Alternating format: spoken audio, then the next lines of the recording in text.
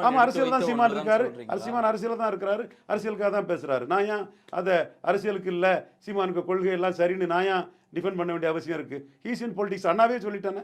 அண்ணா பெரியார் எந்த அளவுக்கு விமர்சனம் பண்ணாரு. 67ல பெரியார் காமராஜர் தான் ஆதரிச்சாரு.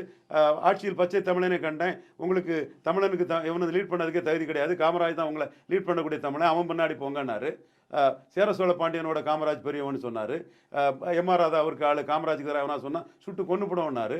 அப்போ இந்த அளவுக்கு காமராஜ் சப்போர்ட்டாக இருந்த அண்ணா இருக்கும்போது கண்ணீர் துளிகள்ங்கிற பெரியாருக்கு வார்த்தைக்கு கலைஞர் தான் எதிரடி கொடுத்தாரு. வாடகை வாய் பெரியாருன்னு சொன்னார். இருக்கத்தானே செய்து. அதே பெரியார 67 ஜெயித்த பிறகு 10% வாக்கெடுத்த மூதறிஞர் ராஜாஜி சின்ன பண்ணுறதுக்காக திருச்சியில் போய் இந்த ஆட்சி உங்களுக்கு காணிக்கை குருதட்சணைன்னு சொல்லிட்டு வந்தார் பேரறிஞர் அண்ணா பிரதி. அந்த நன்றியோட நான் பாராட்டுறேன். அது நான் எனக்கு கரெக்டாக நான் பேசுவேன் அந்த இடத்துக்குள்ள. ஸோ அரசியல் நிலைப்பாடு எல்லாருக்கும் மாறக்கூடியது தானே. அப்போ ஓட்டிங் பேட்டர்னை பார்க்குறாரு. அரசியல் நிலைப்பாட்டை சீமான் மாற்றி தான் எடுக்கிறாரு.